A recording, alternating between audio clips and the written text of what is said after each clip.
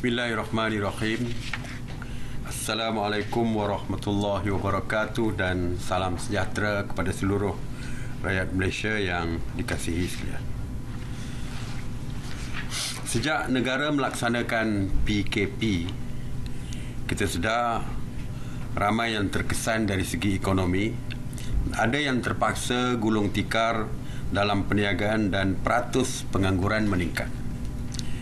Menurut laporan dari Jabatan Perangkaan Malaysia, kadar pengangguran meningkat kepada 4.8% atau 772,900 orang pada Disember 2020. Biarpun bilangan penduduk bekerja pada bulan terakhir tahun lalu meningkat kepada 0.1% atau bersamaan dengan 19,300 orang kepada 15.22 juta orang. Namun dengan situasi terkini, kita jangka mungkin ianya akan mencatatkan penurunan yang akan menyumbang kepada kesan sosial secara langsung. Hal tersebut sememangnya sudah dijangka oleh Pertubuhan Bangsa-Bangsa Bersatu melalui UNICEF dan United Nations Population Fund yang mendapati bahawa banyak isi rumah yang belum pulih dari krisis pandemik COVID-19 tahun lalu. Namun, jika terpaksa berdepan sekali lagi dengan keadaan yang sama, maka dijangkakan lebih teruk, malah kadar pengangguran di kalangan ketua isi rumah juga akan meningkat sekali ganda. Perkara ini memberi kesan negatif kepada perancangan masa hadapan, bukan hanya di dalam keluarga tetapi juga kepada negara, malah lebih teruk apabila mengakibatkan kesihatan mental rakyat juga. Menyedari hakikat ini, sedikit demi sedikit kerajaan mengambil pendekatan untuk melonggarkan sektor ekonomi. Kerana apa? Kerana kelangsungan hidup mereka yang terkesan oleh pandemik COVID-19 ini. Saya amat terkesan. Saya percaya ramai rakyat Malaysia juga berperasaan seperti saya apabila membaca laporan mengenai ibu yang terpaksa mencuri hanya untuk keperluan ataupun untuk memastikan anak beliau dapat makan. Ini merupakan satu perkara yang sedih yang berlaku, dan ini mungkin bukan kes terpencil, mungkin ada lagi kes yang tidak kita dengar. Sebab itulah kerajaan menekankan kelonggaran kepada perniagaan mikro, mereka yang bergantung harap kepada pendapatan harian. Terbaru, apabila kerajaan memberi kelonggaran kepada peniaga pasar malam, car wash dan kedai gunting rambut, saya mendapat maklum balas yang sangat positif. Tetapi kebenaran yang diberikan bukannya dibuat sewenang-wenangnya, kerana kita berpandukan kepada data-data yang diperolehi daripada agensi yang terlibat seperti KKM dan juga MKN. Daripada data-data yang diperolehi, kerajaan juga berpendapat sektor ini bukan penyumbang kepada kluster COVID-19. Selain itu, kerajaan juga mengambil kira ramai yang bekerja di sektor ini hilang punca pencarian kerana perniagaan tidak beroperasi. Kebenaran yang diberikan adalah berpandukan kepada SOP yang ketat. Tetapi sekiranya ada kes baru direkodkan di premis-premis terlibat, operasi perniagaan mereka akan ditutup serta-merta. Apa yang saya harapkan adalah kepatuhan kepada SOP. Janganlah kita leka dan alpa apabila kelonggaran ini diberikan. Kita harus sedar bahawa kepatuhan kepada SOP amat penting sekali. Kita perlu sentiasa mengekalkan penjarakan sosial selain menekankan kebersihan diri di dalam setiap masa, dan kepatuhan ini bukan untuk sesiapa tetapi adalah demi diri sendiri serta keluarga yang tersayang. Atas justifikasi di atas, maka sidang khas malam bersetuju untuk membuka baki keseluruhan sektor perniagaan peruncitan bagi memastikan kelangsungan ekonomi khususnya kepada peniaga-peniaga kecil. Antara sektor yang berbaki yang belum dibuka di bawah sektor peruncitan dan akan dibuka iaitu kedai pakaian, fashion dan aksesori, kedai kasut. Dan bila sebut kedai pakaian ni, pakaian termasuklah yang menjual tudung di pasar malam, di gerai-gerai sendiri dan sebagainya. Kedai barang-barang fotografi, perkhidmatan fotografi, kedai barangan terpakai, kedai bunga dan nursery, kedai kraft tangan dan cenderahati, kedai antik, kedai alat permainan, kedai permaidani, kedai peralatan sukan, kedai kosmetik, kedai barangan peralatan dapur, kedai aksesori kenderaan, arahnu dan berbagai-bagai lagi yang di dalam senarai ini yang boleh didapati di dalam website MKN dan juga KPDN HEP. Walaupun kita mempunyai SOP yang ketat seperti proses nyahkuman dan pembersihan dilaksanakan 3 kali sehari dalam tempoh operasi, mewajibkan pekerja dan pelanggan memakai pelitup muka semasa berada di dalam premis. Mereka yang suhu lebih daripada 37.5 tidak dibenarkan masuk ke premis. Memastikan kehadiran pekerja dan pelanggan direkodkan secara manual atau aplikasi MySejahtera. Penjarakan 1 fizikal semasa berada di dalam premis. Dan ini antara perkara-perkara yang kita sediakan SOP untuk siap perniagaan yang kita sebutkan tadi. Bagi kedai pakaian, pemilik premis perlu menyediakan sarung tangan pakai buang kepada pelanggan untuk memilih pakaian. Kedai kosmetik juga sama ada perniagaan kulit dan minyak wangi, hanya aktiviti jual beli sahaja dibenarkan. Ya. Rundingan secara bersemuka dan penggunaan kosmetik tester juga tidak dibenarkan. Ini bagi mengelakkan kes seperti yang pernah berlaku di Wan Utama dulu. Bagi kedai barang fotografi, perkhidmatan fotografi, penggunaan studio hanya melibatkan seorang pelanggan dan juru gambar sahaja. Penggunaan studio penggambaran, kecuali perkhidmatan gambar pasport, visa dan lesen adalah tidak dibenarkan. Kebenaran ini untuk baki yang untuk sektor peruncitan ini akan bermula besok pada 10 Februari 2021. Sebenarnya sebelum ini kita telah pun mengeluarkan senarai yang panjang, yang agak panjang untuk sektor-sektor di bawah sektor peruncitan ini yang dibenarkan. Ya, dah banyaklah. Kita dah umumkan dulu. Jadi siapa yang masih ingin mendapatkan detail mengenai senarai sektor ataupun di bawah sektor peruncitan ini, boleh merujuk kepada laman sesawang KPDN HEP dan laman sesawang MKN. Sekiranya ada perubahan dari masa ke semasa, senarai akan diumumkan oleh KPDN HEP. Saya dah umumkan tadi sebahagian, dulu dah umum, mungkin ada yang tertinggal, yang tidak diumumkan. Jadi mereka boleh merujuk kepada KPDN HEP ataupun KPDN HEP akan mengumumkan. Restoran. Sebelum ini restoran walaupun dibuka daripada sehingga pukul 10 malam, tetapi hanya untuk dibawa pulang, take away ataupun makanan berbungkus.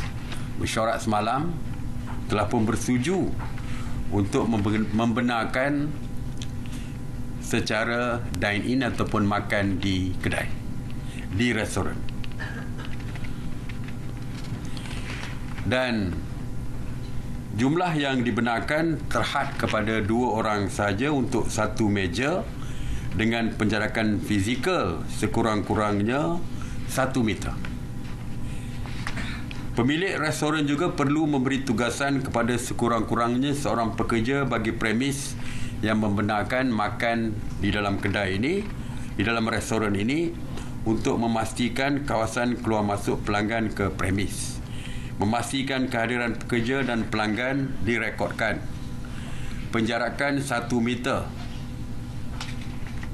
semasa di dalam premis, dan menghadkan bilangan pelanggan yang berada di premis pada satu-satu masa. Saya percaya ini pernah dilakukan dulu, ya, iaitu restoran menghadkan kemasukan. Ada setengah restoran ketika itu menghadkan masa untuk yang dine-in ataupun makan di dalam restoran. Katakan 1 jam. Selepas 1 jam diminta keluar dan masuk yang baru untuk memastikan jumlah itu tidak melebihi daripada yang ditetapkan berdasarkan keluasan restoran, dan juga boleh memastikan penjarakan boleh berlaku di dalam restoran. Dan untuk mendapatkan yang lebih SOP dan sebagainya, perkara yang lebih detail, boleh rujuk juga kepada website ataupun laman sesawang MKN. Mengenai apps MySejahtera, Sidang Khas turut bersetuju untuk mewajibkan penggunaan MySejahtera di kawasan capaian internet yang luas, selain daripada apps lain. Ya, saya tahu di setengah negeri ada apps mereka sendiri. Di Selangor misalnya ada apps My Selangkah. Jadi My Selangkah tidak, MySejahtera diwajibkan, tetapi dalam masa yang sama boleh juga menggunakan apps lain. Ya, kita tidaklah mengharamkan penggunaan apps lain. Apps lain juga dibenarkan, tetapi mesti ada apps MySejahtera. Arahan ini berkuat kuasa serta-merta, namun kita faham ada juga kawasan pendalaman dan kawasan kampung yang tidak mempunyai capaian internet. Oleh itu, kita masih membenarkan penggunaan mengisi pengenalan atau butiran diri secara manual. Saya faham ramai yang tidak mahu mengisi capaian informasi butiran diri secara betul apabila memasukkan secara manual.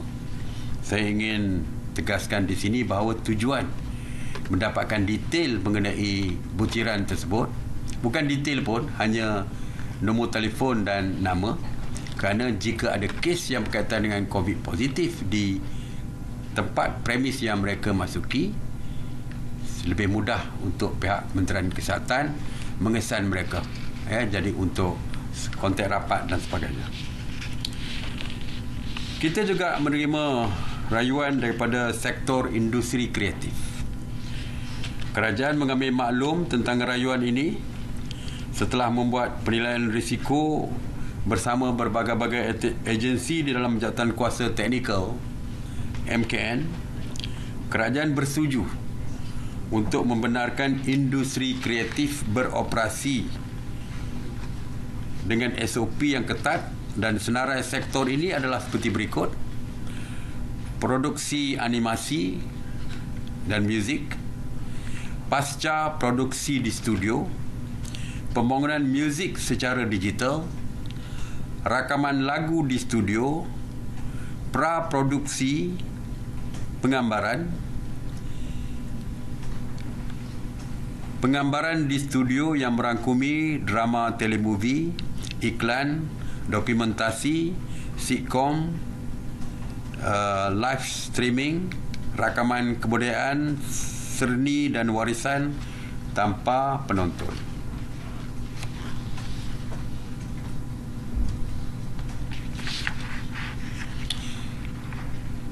Berikut adalah antara SOP yang ditetapkan untuk industri kreatif.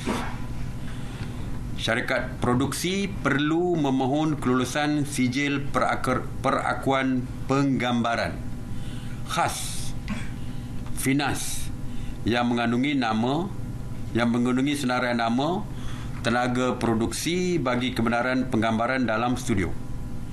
Saringan ujian COVID-19 perlu dilakukan bagi semua tenaga produksi yang akan terlibat dalam penggambaran. Keputusan saringan ujian COVID-19 perlu dikemukakan kepada FINAS 3 hari sebelum tarikh penggambaran. Pengeluaran SPP khas ataupun sijil perakuan penggambaran khas FINAS adalah tertakluk kepada keputusan ujian saringan COVID-19 bagi semua tenaga produksi yang terlibat. Hanya tenaga produksi yang melepasi saringan dibenarkan. Penguatkuasa FINAS akan melakukan pemantauan berkala tenaga kerja pengurusan yang dibenarkan adalah sebanyak 30% dan tidak melebihi 20 orang bagi tenaga sesebuah produksi. Penyediaan makanan dan minuman hanya dibenarkan secara berbungkus. Ujian bakat secara bersemuka adalah tidak dibenarkan dan disaran melakukan secara maya ataupun melalui penghantaran video oleh artis. Mesyuarat produksi secara bersemuka melibatkan kehadiran wakil daripada luar tidak dibenarkan dan hanya dibenarkan secara maya. Dan waktu beroperasi yang dibenarkan bermula 8 pagi sehingga 10 malam saja. Okey, dan seperti biasalah penjarakan sosial. Jika ada lakonan syuting dan sebagainya, penjarakan sosial dan SOP lain mesti dipatuhi. Kebenaran ini akan berkuat kuasa mulai besok 10 Februari 2021. SOP terperinci juga boleh dilayari di laman Sesawang MK.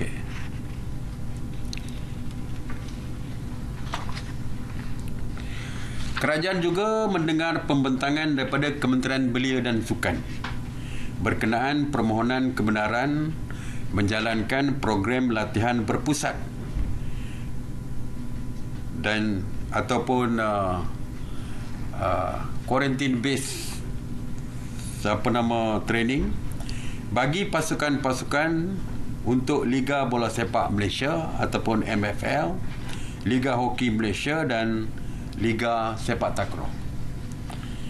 Setelah membuat penilaian risiko dengan berbagai-bagai agensi, kerajaan bersetuju untuk membenarkan program latihan berpusat bagi pasukan-pasukan dalam Liga Bola Sepak Malaysia, Liga Hoki Malaysia dan Liga Sepak Takraw yang akan bermula pada hari Isnin, yang akan berkuat kuasa pada hari Isnin 15 Februari.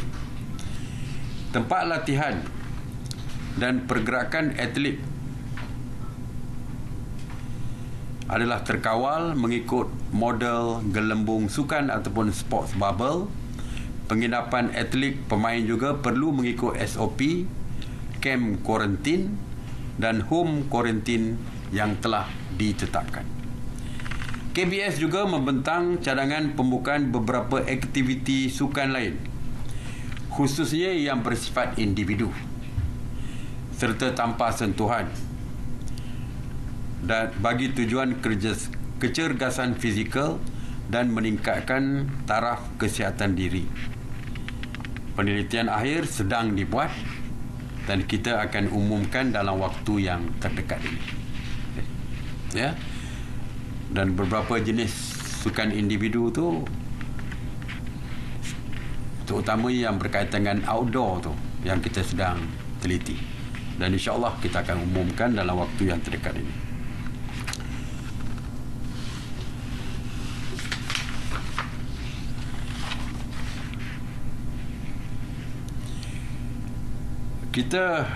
Saya ingin juga mengumumkan, oleh kerana dari segi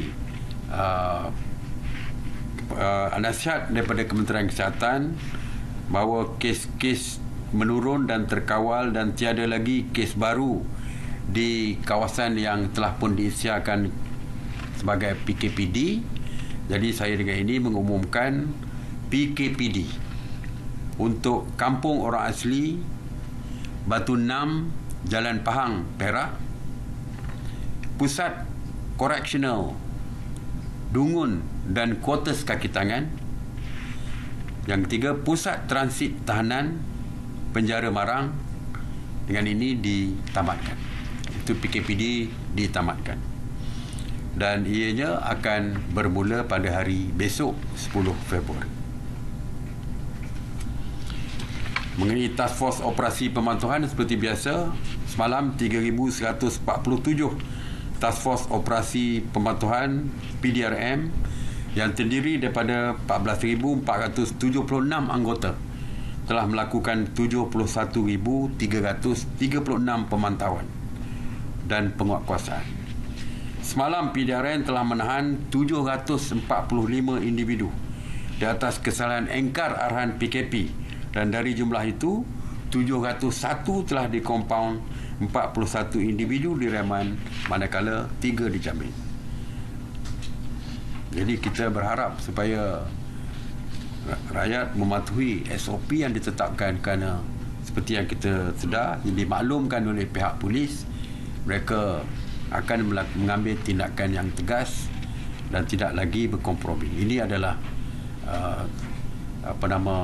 keputusan daripada pihak polis setelah melihat ramai yang masih gagal mematuhi SOP.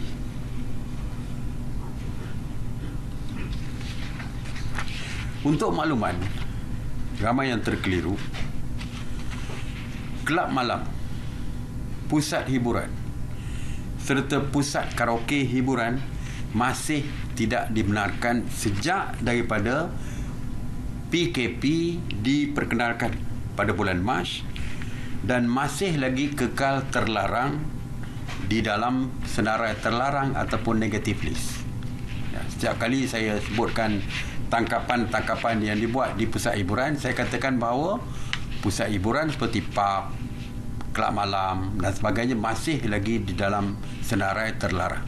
Oleh kerana mereka melanggar syarat ini dan membuka premis perniagaan mereka, maka tangkapan dilakukan dan juga compound dikeluarkan. Statistik serbuan dan tangkapan oleh PDRM melibatkan pusat hiburan termasuk pub, kelab malam dan karaoke hiburan sepanjang tempoh pelaksanaan PKP dari 18 Mac 2020 sehingga 31 Januari 2021 adalah seperti berikut. Jumlah premis pusat hiburan diserbu sebanyak 951. Jumlah compound yang dikeluarkan sebanyak 9,587, dan jumlah tangkapan adalah 4,666. Bermakna kajian tidak berkompromi di dalam soal pembukaan pub, kelab malam dan sebagainya, kerana ianya masih lagi di dalam negative list ataupun senarai terlarang. Mengenai Ops Benteng yang melibatkan agensi penguatkuasa yang diketuai oleh Angkatan Tentera Malaysia, semalam Ops Benteng telah berjaya menahan 3 orang parti serta merampas 6 buah kenderaan darat dalam operasi yang diadakan di seluruh negara. Dalam operasi itu juga 135 bot atau kapal turut dikesan, manakala sebanyak 543 SJR ataupun Sekatan Jalan Raya Ops Benteng dilaksanakan di seluruh negara.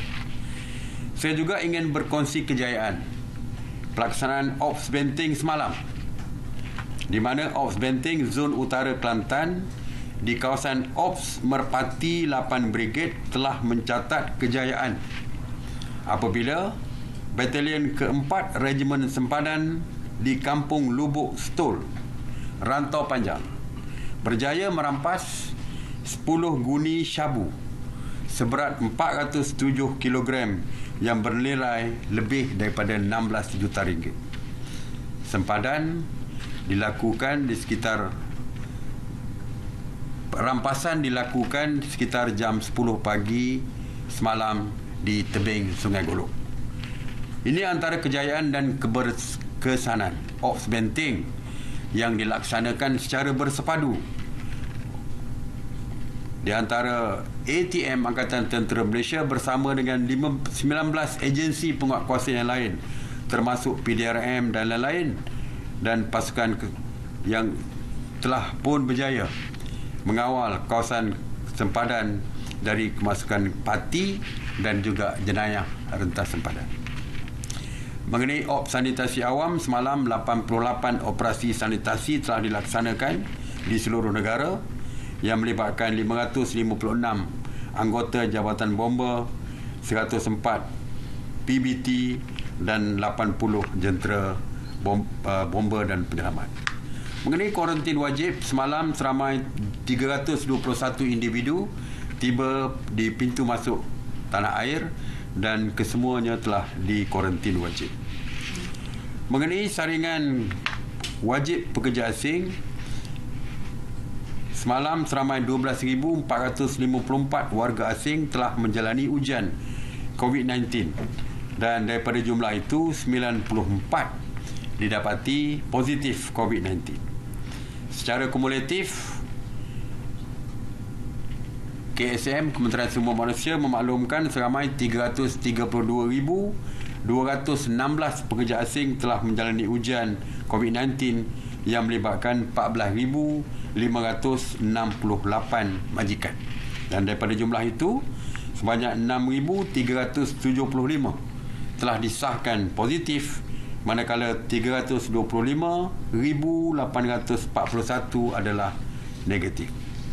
Sehingga kini sebanyak 1,322 buah klinik telah terlibat di dalam program saringan ini. Mengenai berita palsu, sehingga 8 Februari 2021 sebanyak 281 kertas siasatan telah dibuka oleh PDRM dan SKMM berhubung berita palsu berkaitan COVID-19. Daripada jumlah itu, sebanyak 144 kes masih dalam siasatan, 35 kes telah didakwa di mahkamah dan 12 kes diberikan notis amaran. Bagi kes yang didakwa di mahkamah, sehingga kini 21 telah didapati bersalah, manakala 13 lagi dalam proses perbicaraan. PRP ataupun Pasukan Respon Pantas di bawah KKMM juga telah mengeluarkan sebanyak 426 penafian dan penjelasan mengenai berita palsu. Jadi orang ramai diingatkan berhati-hati supaya tidak menyebarkan sesuatu berita yang sebenarnya palsu. Saya sendiri tidak terkecuali, memang paling banyak agaknya yang didapati disebarkan berita-berita palsu yang tidak benar. Beberapa hari lepas disebarkan video tentang saya yang mengatakan bahawa pihak polis tidak akan lagi memberikan kompaun di lapangan, tetapi akan terus bawa ke mahkamah siapa yang ditahan. Sebenarnya video itu merupakan video lama yang bertarikh 14 April 2020 sewaktu PKP baru dilaksanakan. Walaupun inilah sebenarnya yang berlaku, iaitu penyebaran berita palsu sangat berluasa sekali. Mengenai barang keperluan asas, kita maklumkan bahawa KPDN HEP telah membuat pemantauan harian di 792 premis, iaitu 601 peruncit, 159 pemborong dan penghilang 132. Dan daripada pemantauan harian tersebut, KPDN HEP memaklumkan bahawa barang keperluan adalah mudah diperolehi dan mencukupi dan dalam keadaan yang stabil. Jadi itu saja yang saya nak sampaikan.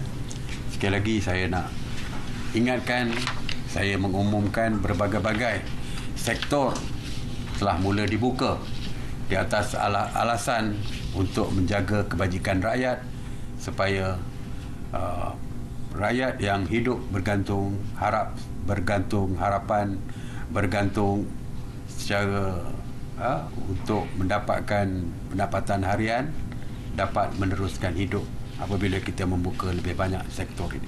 Cuma sekali lagi saya ingatkan, walaupun kebebasan dan kelonggaran diberi, rakyat perlu patuh kepada setiap SOP yang dikeluarkan oleh kerajaan bagi menjaga kepentingan diri, keluarga dan masyarakat.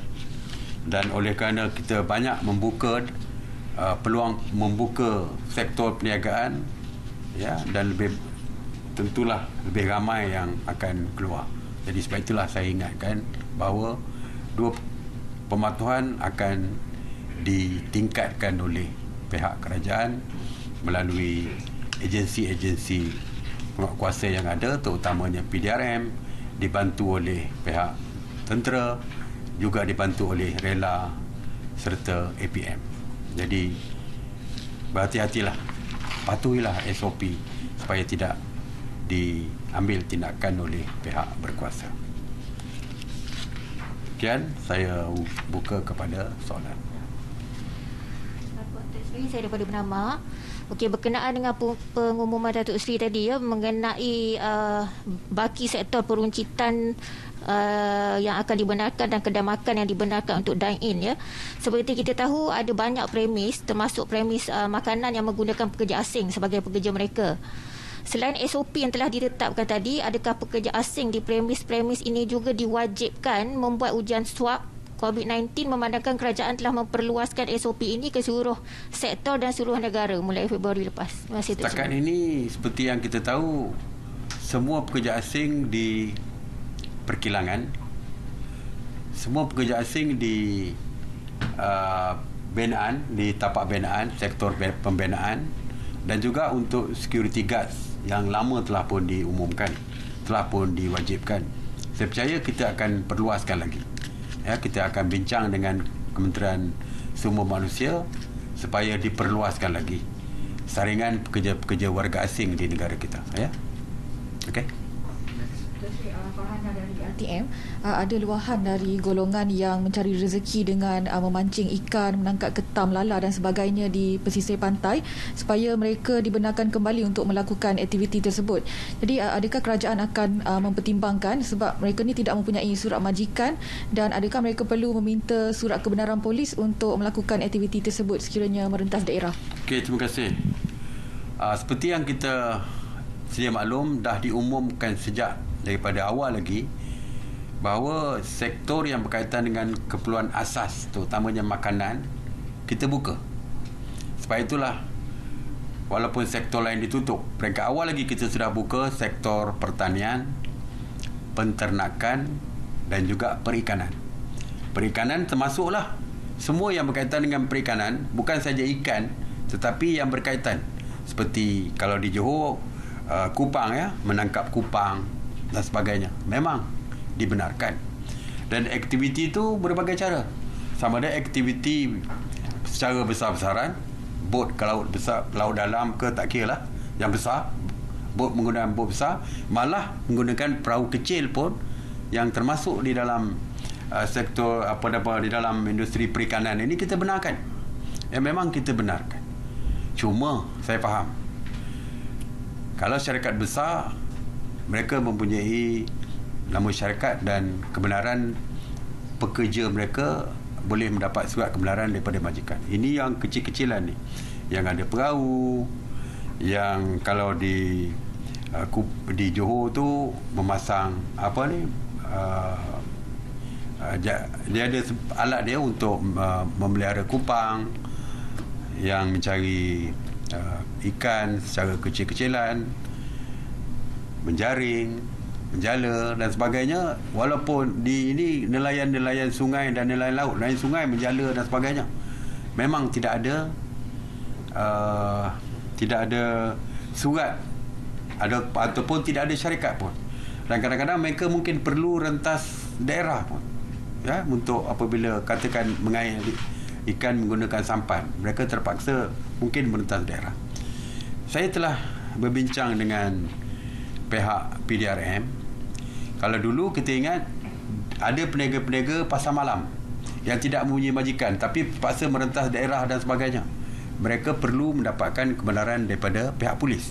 Apa saja pergerakan kita mesti mendapat, ada dua cara. Satu, majikan. Yang tiada majikan boleh mendapatkan kebenaran pihak polis. Saya telah berbincang tadi dengan pihak tertinggi polis, dengan Timbalan Ketua Polis sebenarnya, biarlah saya sebutkan, dengan Timbalan Ketua Polis Negara, iaitu bagi membantu yang terlibat dengan perikanan secara kecil-kecilan ini yang tidak ada syarikat. Jadi kita bersetuju bersama tadi supaya mereka berjumpa dengan pihak polis untuk mendapatkan kebenaran, sama ada di balai yang terdekat ataupun di pondok-pondok polis pun. Jadi pondok polis biasanya berhampiran dengan kawasan kampung mereka, jadi mungkin lebih mengenali mereka. Jadi sila berjumpa dengan pihak polis sama ada di balai ataupun di pondok-pondok polis untuk mendapatkan kebenaran polis. Jadi insya-Allah dengan adanya surat kebenaran polis tu, mereka boleh membawa surat tu bersama mereka dan boleh menjalankan aktiviti menangkap ikan ataupun perkara-perkara lain yang berkaitan dengan perikanan ini. Ya. Okey. Assalamualaikum Datuk Seri, saya Adli daripada Bernama. Soalannya ialah, apakah perkembangan cadangan bagi mengheret pemilik kilang yang menyebabkan kluster COVID-19 di premis mereka ke mahkamah, dan bagaimanakah cadangan mereka yang langgar SOP dikenakan hukuman lebih berat seperti penjara? Okey, setakat hari ini pun di bawah Akta 342 memang kita ada hukuman. Apabila mahkamah menjatuhkan hukuman, ada hukuman penjara dan ada hukuman denda dan sebagainya. Tetapi seperti yang saya sebutkan bahawa Akta 342 yang ada pada hari ini hukumannya teramat ringan, terutamanya yang melibatkan perkilangan, sektor perkilangan terutama yang besar-besar ni. Kalau compound RM1,000 saja. Jadi kita telah pun membuat keputusan untuk meminda, memasukkan di bawah ordinan darurat untuk menaikkan hukuman kepada syarikat, pengusaha syarikat terutama yang berkaitan dengan perkilangan ini, supaya hukumannya lebih berat, iaitu boleh di-compound dengan hukuman yang berganda lebih besar daripada hukuman sekarang. Malah kalau dibawa ke mahkamah pun hukuman maksimum juga dinaikkan. Jadi saya tidak boleh detailkan lagi berapa jumlah dan sebagainya kerana pihak Jabatan Peguam Negara sedang menyiapkan ordinan yang berkaitan dengan pindaan ataupun penambahan hukuman berdasarkan Akta 342 tadi. Ya, insya-Allah saya percaya Menteri Undang-Undang, Yang Berhormat Menteri Undang-Undang akan mengumumkan, dan selepas itu mungkin saya boleh komenlah apabila telah pun diumumkan. Alright. Terima kasih. Assalamualaikum warahmatullahi wabarakatuh.